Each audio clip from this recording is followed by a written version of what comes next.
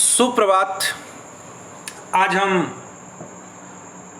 बाजार दर्शन पाठ पढ़ेंगे।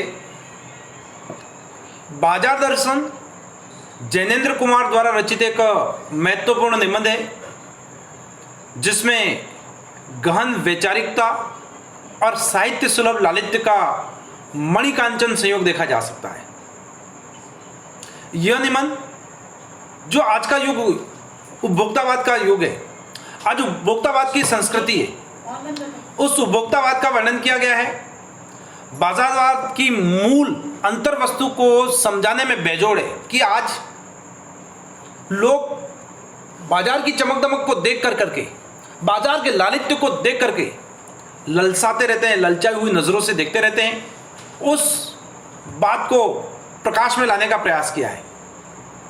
यह निबंध उपभोक्तावाद एवं बाजारवाद की मूल अंतर वस्तु को समझाने में एकदम बेजोड़ है। जैनेन्द्र जी ने इस निबंध के माध्यम से अपने परिचित एवं अपने मित्रों से जुड़े अनुभवों को चित्रित किया है कि किस प्रकार भगत जी, उनके मित्र हैं, वो बाजार में जाते हैं और बाजार की क्या उपयोगिता है, बाजार में क्या खरीदना चाहिए, क्या खरीदना नहीं चाहिए। लेकिन आज का मनुष्य क्या है?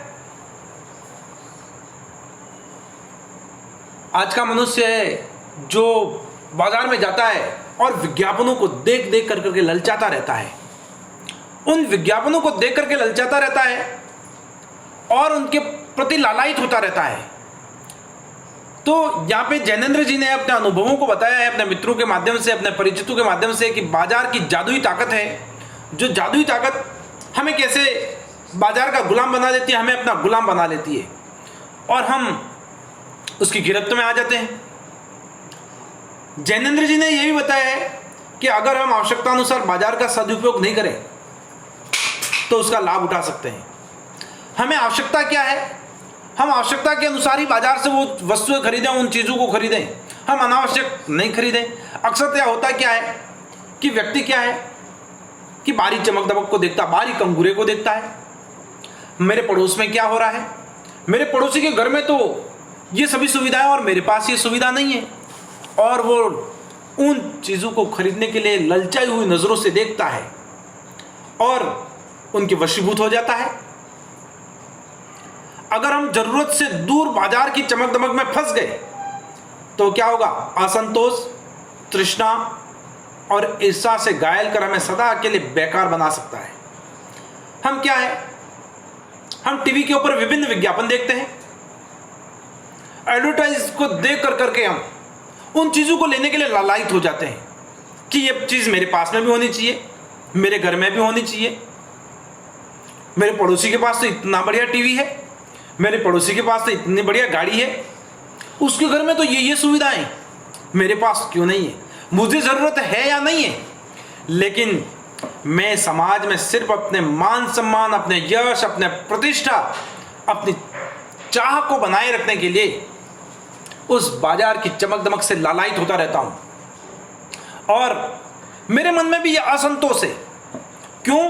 क्योंकि मैं मेरे पड़ोसी में, अपने सगे संबंधियों में वो चीजें देख रहा हूं जो मेरे पास नहीं है, और नहीं है तो उन्हें देख करके जल्दी से जल्दी उन चीजों को प्राप्त करने की तृष्णा जागृत होती रहती है। मेरे पास में भी ये चीजें आती रहती है और मैं ईर्ष्या से हर समय घायल होता रहता हूं, और ईर्ष्या से घायल होकर के मनुष्य क्या हो जाता है? बेकार हो जाता है।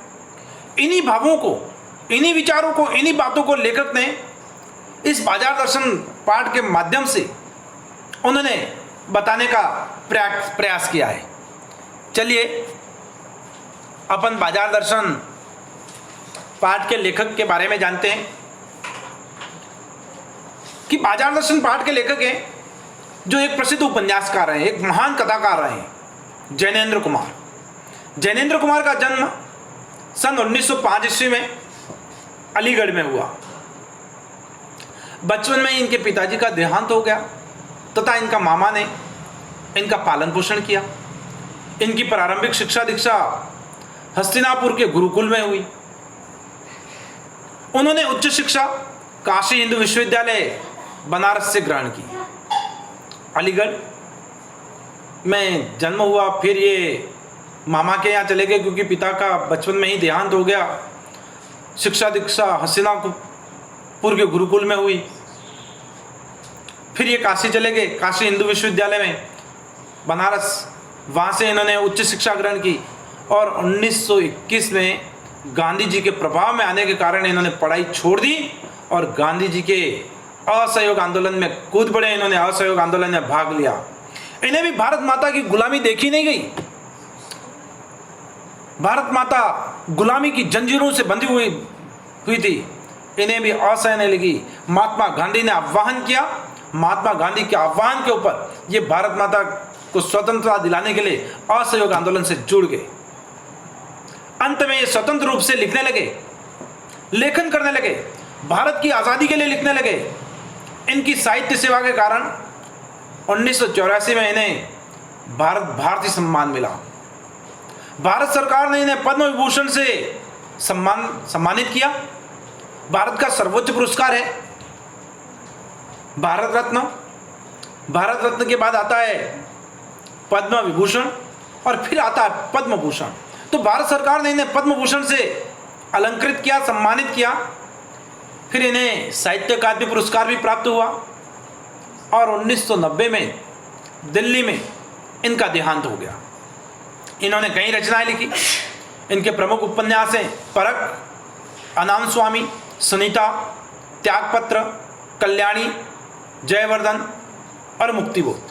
ये इनके प्रमुख उपन्यास हैं। इनके कहानी संग्रह भी हैं, संग्रह वातायन, एक रात, दो चिड़िया फांसी, नीलम देश की राजकन्या और पाजेब। पाजेब इनकी सर्वश्रेष्ठ कहानी है।